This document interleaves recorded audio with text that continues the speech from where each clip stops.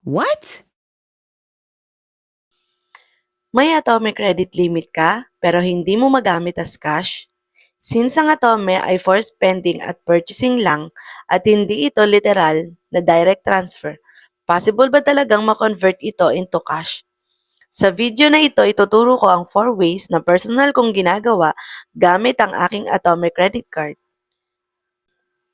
Hi guys! Ako po si Ate She. Isa po akong trader since 2020.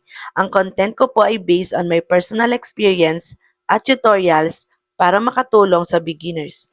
Ilalagay ko po sa description ng video ko ang aking verified Facebook account para ma-direct message nyo po ako. Disclaimer lang po, hindi po ako affiliated sa Atome, GCash, Maya, Lazada, Grab o kahit anong financial platform na mababanggit.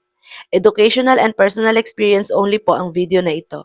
Lahat ng transactions ay sariling desisyon at responsibility ng user. Always follow the platform rules and terms and conditions. Minsan may available tayong atomic credit limit pero hindi natin alam paano siya magagamit. Especially in case of emergency o kailangan natin ng cash. Kaya naghahanap tayo ng legit at safe na paraan. So eto na. Ito ang 4 ways na personal kong nasubukan para magamit ang inyong atomic credit limit. Number 1 is pay bills. Number 2 is giveaway through Lazada. Number 3 is QR payment. Number 4 is via Grab top up or Maya Wallet top up. Unahin natin si number 1, pay bills. Gamitin natin pambayad ng bills. Example, may Meralco bill ang kakilala mo worth 1,000. Pwede mong gamitin ang Atome mo pambayad ng bill nila. Then, babayaran ka nila ng cash. Yun lang, may limit sa pagbabayad kasi kung magkano lang ang bills, yun lang ang babayaran mo. Kung gusto mo talaga na gamit lahat ng iyong Atome credit limit, mag-offer na rin kayo ng bill payment services. Number 2, giveaway. Ang number 2 natin is via GCash giveaway through Lazada app. Dito bibili kayo ng giveaway gamit ang Atome, pero take note, may fee po ito. Usually around 8%. Mahaba-haba ang process kaya gagawin ko ito ng separate detailed tutorial. Number 3, via scan QR payment. Humanap kayo ng QRPH na partner ni Atome na pwedeng i-scan. Hindi lahat gumagana, pero minsan nagpo-push through. Ilan sa mga na-try ko ay ang Maya Business QR at GoTime QR.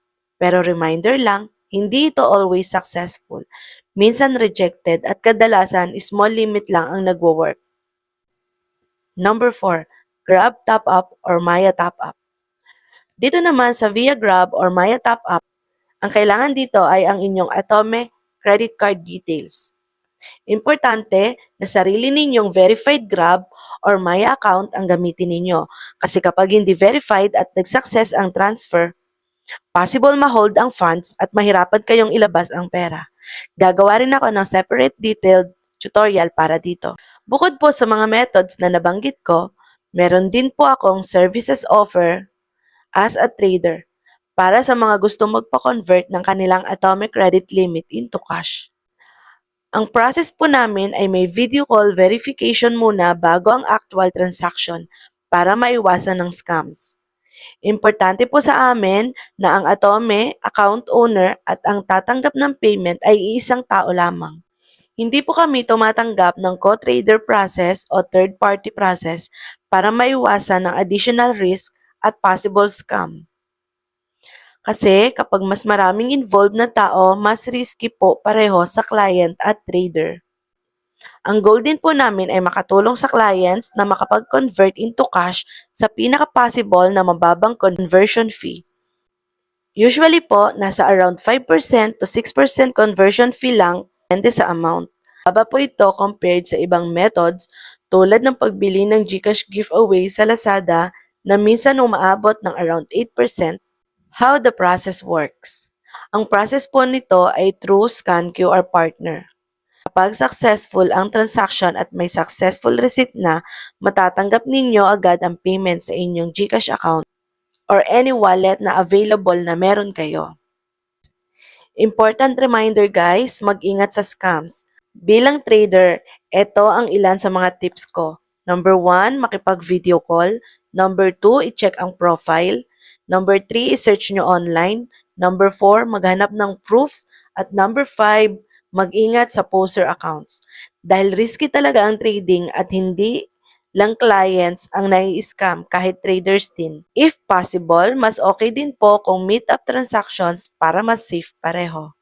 Comment down below kung alin dito ang gusto ninyong gawan ko ng detailed tutorial.